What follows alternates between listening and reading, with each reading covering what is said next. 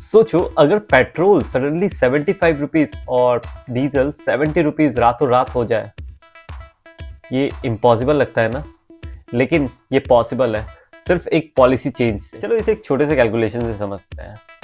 Internationally crude oil का price 62 से 64 dollar पर बैरल होता है और इंडिया में एक यूएस डॉलर लगभग 90 रुपीज़ के आसपास होता है। तो इंडिया को इस हिसाब से एक बैरल 5600 से लेके 5760 तक पड़ेगा और एक क्रूड ऑयल के बैरल में 159 litres of crude oil fit हो जाता है। तो क्रूड ऑयल का बेस कॉस्ट पर लीटर 35 से 36 रुपीज़ पड़ता है इंडिया को बिफोर रिफाइनिंग, और after refining plus transportation cost यही कॉस्ट अराउंड 8 to 12 रुपीज़ बढ़ जाता है पर लीटर। इस हिसाब से रिफाइनरी के बाद फ्यूल का एक्चुअल कॉस्ट अराउंड 45 से 48 रुपीज़ पर लीटर हो जाता है।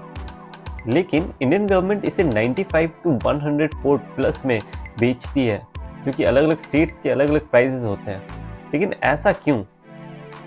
जाहिर सी बात है, उसमें लगता है टैक्स। यार ये टैक्सेस लगा के तो रिफाइनरी के बाद पेट्रोल का प्राइस ऑलमोस्ट डबल हो जाता है।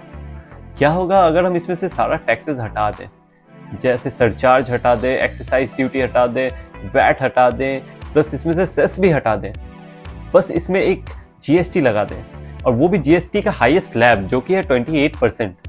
मतलब पेट्रोल डायरेक्टली 75 से 85 पर लीटर और डीजल 70 से 80 पर लीटर मिलेगा।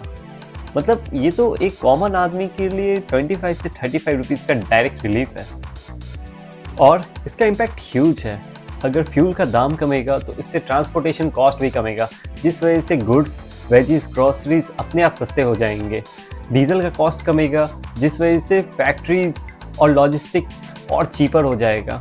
मतलब इन्फ्लेशन में डायरेक्ट कंट्रोल। इन्फ्लेशन अगर कंट्रोल होगा तो एक कॉमन मैन को बहुत ज़्यादा बेनिफिट मिलेगा। तो इस चेंज से फ्यूल का प्राइस तो गिरता है और इकोनॉमी को एक रियल बूस्ट मिलती है, लेकिन ऐसा अभी तक पॉसिबल क्यों नहीं हुआ है? ये अभी तक हो क्यों नहीं पाया है? पेट्रोल और डीजल से सेंटर और स्टेट गवर्नमेंट को एक बहुत बड़ा रेवेन्यू मिलता है, और यही रेवेन्यू कुछ स्टेट का 30 to 40% रेवेन्यू भी कवर करता है। फ्यूल के जीएसटी में आने से पेट्रोल और डीजल का प्राइस कम हो सकता है, और इससे इकोनॉमी को एक अच्छा खासा बूस्ट मिलेगा, जिससे इन्फ्लेशन काफ़ी हद तक डाउन हो जाएगा, लेकिन सही पॉलिटिकल और फिस्कल प्लान के थ्रू। Thank you, good bye.